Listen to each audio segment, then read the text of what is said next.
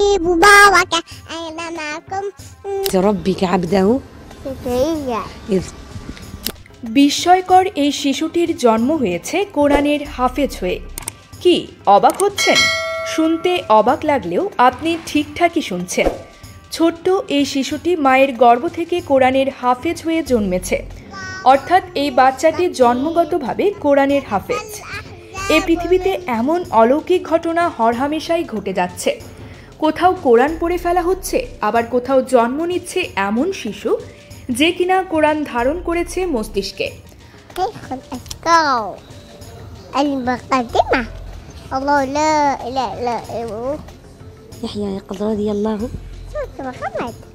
আল জাজিরার বাসিন্দা এই শিশুটির নাম ইয়াহিয়া। এই ভিডিও চিত্র ধারণের সময় তার বয়স ছিল 2 বছর। বয়স কম, কথা এখন স্পষ্ট হয়ে ফোটেনি, তাতেও আল্লাহর কালাম শোনার সাথে সাথেই তেলাওয়াত করতে পারেন ইয়াহিয়া।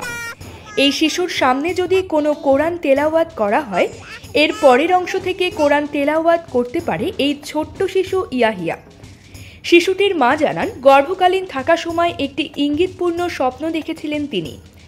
সাহাবী ইকরাম তাকে একটি মুক্তা দিয়েছিলেন এবং তিনি সেটি গ্রহণ করেছিলেন। একই সাথে আগত শিশুটির নাম যাতে ইয়াহিয়া রাখা হয় সে ব্যাপারে নির্দেশ পেয়েছিলেন স্বপ্নে শিশুটির মা।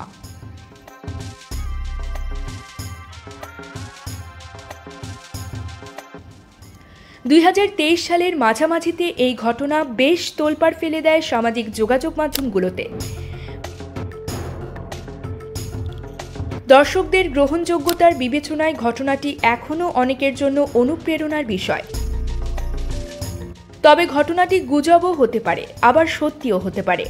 দর্শক, একটা জিনিস আপনি চিন্তা করুন, বাচ্চাটির বয়স ছোট মনে হলেও মোটামুটি ভালোই হয়েছে, 2 বছর। 2 বছর বাচ্চা অনেক সময় অনেক ছোটখাটো সূরা শিখে থাকে।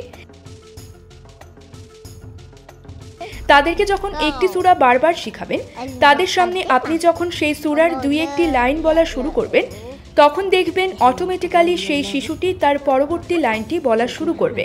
رحمة ربك عبده إذ نادى ربه نداء خفيا। অনেক সময় বিভিন্ন কবিতার ক্ষেত্রে সেটি হয়। এরা হচ্ছে ছোট্ট শিশু, এদেরকে যা শিখাবেন এটাই বলবে। এই বিষয়গুলো হতে পারে অলৌকিক, হতে পারে এগুলো সেখানে, আল্লাহ ভালো জানেন। মহান আল্লাহ সবাইকে বুঝার তৌফিক দান করুক, আমিন।